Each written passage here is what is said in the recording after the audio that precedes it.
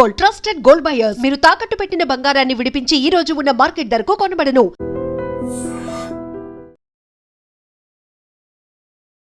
నమస్తే, welcome to I dream. నేను వలి. తమిళనాడు రాజకీయాల్లో మరొక సంచలనం నమోదు కాబోతోందా?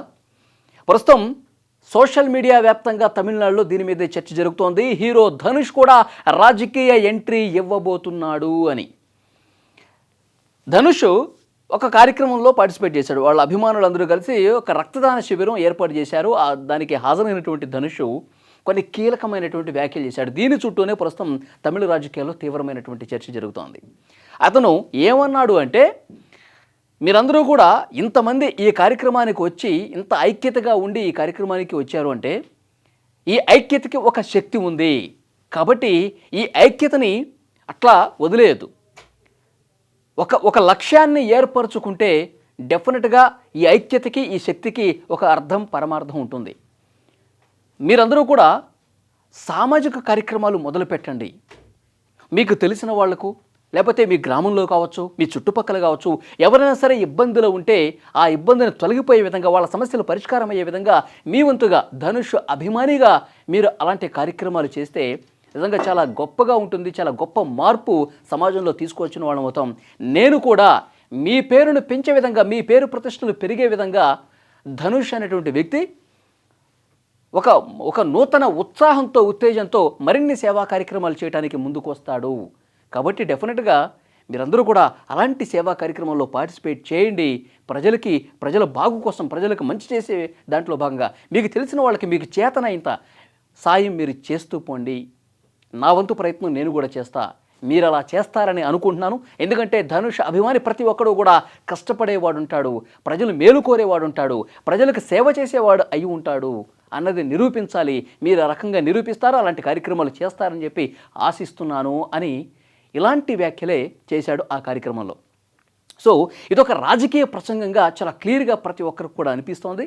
సో డెఫినెట్గా ధనుష్ కూడా భవిష్యత్తులో రాజకీయ ఎంట్రీ ఇచ్చేస్తున్నాడు అనేది కూడా చాలా స్పష్టంగా ధనుష్ అభిమానులే కాదు, సోషల్ మీడియా వ్యాప్తంగా అక్కడ ప్రతి ఒక్కరు కూడా విజయ్ బాటలోనే ధనుష్ కూడా రాబోతున్నాడు.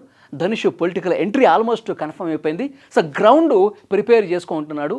సో కాబట్టి అభిమానులకు ఆ రకమైనటువంటి సూచన, సలహా చేశాడు అనేది కూడా ఇక్కడ క్లియర్గా అర్థమవుతుంది. సో అతని టార్గెట్ ఇది 2026 అంటే 2031. 2031లో తమిళనాడులో జరిగేటువంటి అసెంబ్లీ ఎన్నికల టార్గెట్గా ఇప్పటి నుంచే హీరో ధనుష్ పావులు కదుపుతున్నాడు అన్నది కూడా చాలా క్లియర్గా చాలామందికి అర్థమవుతున్నటువంటి విషయం. మనకు తెలుసు, ఇప్పటికే చాలామంది హీరోలు తమిళనాడు రాజకీయాల్లోకి వచ్చారు. సో రజనీకాంత్ వద్దామనుకున్నాడు, కానీ ముందు వెనక అవటం వల్ల మళ్ళీ బ్యాక్ స్టెప్ అయిపోయి రజనీకాంత్ పార్టీ పెట్టలేకపోయాడు. తర్వాత 2 సంవత్సరాల క్రితమే హీరో విజయ్ పార్టీ పెట్టాడు. అద్భుతమైనటువంటి విజయం. సో తను పోటీ చేసిన మొదటి ఎన్నికల్లోనే అత్యధిక స్థానాలు గెలిచి తమిళనాడు ముఖ్యమంత్రి అయ్యి ఒక రికార్డు క్రియేట్ చేస్తున్నటువంటి పరిస్థితి ఉంది. సో అది ఇప్పుడు అక్కడ తమిళ రాజకీయాల్లో ఒక ఇన్స్పిరేషనల్గా కనిపిస్తున్నాడు హీరో విజయ్. ఇప్పుడు ధనుష్ కూడా అక్కడ మంచి చరిష్మా ఉన్నటువంటి హీరో ధనుష్, మంచి ఫ్యాన్ ఫాలోయింగ్ ఉంది, మాస్ ఫాలోయింగ్ ఉంది. ఆయన నటించినటువంటి సినిమాలకి నేషనల్ అవార్డ్స్ కూడా వస్తూ ఉన్నాయి. సో కాబట్టి పేరు ప్రఖ్యాతులు ఉన్నటువంటి మరొక నటుడు ధనుష్. కాబట్టి ఇతను కూడా వస్తే తమిళ రాజకీయాల్లో ఒక గొప్ప సమీకరణాలు రాబోతున్నాయి, గొప్ప మార్పులు రాబోతున్నాయి. విజయలాగా విజయం సాధించే స్థాయి ధనుష్కు కూడా ఉంది అని చెప్పి అక్కడ చాలామంది సోషల్ మీడియా వేదికగా ఈ వ్యాఖ్యల తర్వాత మాట్లాడుతున్నటువంటి పరిస్థితి ఉంది.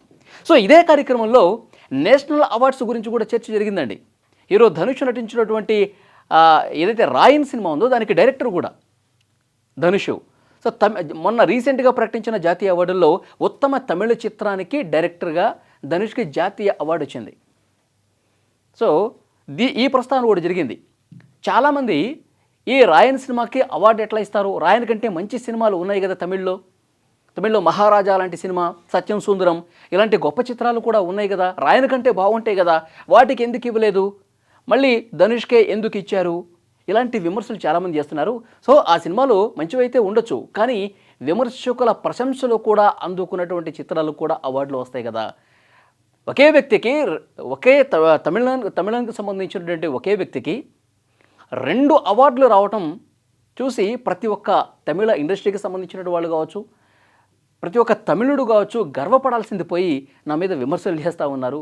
ఇది ఎంతవరకు కరెక్ట్ అని చెప్పి ఇదే సభలో ధనుష్ మాట్లాడినటువంటి పరిస్థితి ఉంది.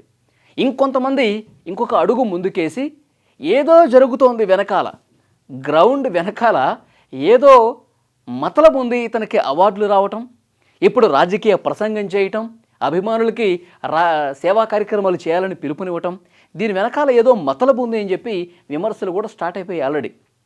ఎందుకంటే వరుసపెట్టి జాతీయ అవార్డులు రావటం అంటే కేంద్రంలో భారతీయ జనతా పార్టీ ఉంది, తమిళనాడులో భారతీయ జనతా పార్టీ అంతంత మాత్రమే.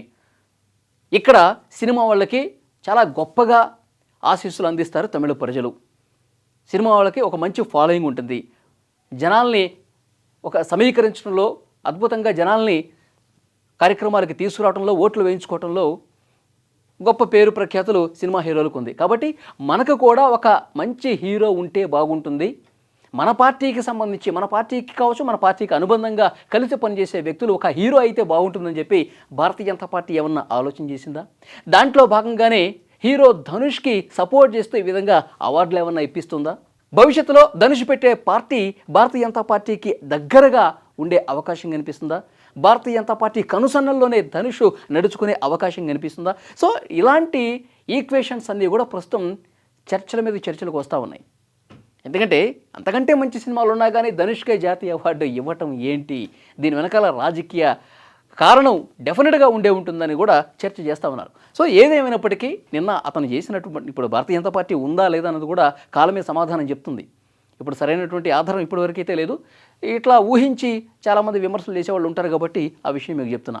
సో ఏదేమైనప్పటికీ hero Dhanush political entry almost confirm అయిపోతున్నా. ఆయన డెసిషన్ తీసుకున్నాకే అభిమానులతో ఈ విధంగా కామెంట్స్ చేశాడన్నది కూడా క్లియర్గా అర్థమవుతుంది. ఈ వీడియో చూస్తున్న ప్రతి ఒక్కరు కూడా కామెంట్ చేయండి, హీరో ధనుష్ నిజంగా రాజకీయ పార్టీ పెడితే ఏ విధంగా ఉండబోతుంది? విజయలాగే అద్భుతమైనటువంటి విజయం నమోదు చేసే ఛాన్స్ ఆయనకుందా? ఎందుకంటే గొప్ప పేరు మోసిన పార్టీలు ఉన్నాయి ఆల్రెడీ, డిఎంకే, అన్నా డిఎంకే, ఇప్పుడు టీవీకే హీరో విజయ్ది. ఇప్పుడు మళ్ళీ ధనుష్ ఎంట్రీ ఇస్తే అవకాశం ఉంటుందా? భారతీయ జనతా పార్టీతో నిజంగా ఆయన కలిసి ప్రయాణం చేస్తే అవకాశాలు ఉంటాయి ఆ ధనుష్కి. మీ అభిప్రాయం కామెంట్ చేయండి. Thank you.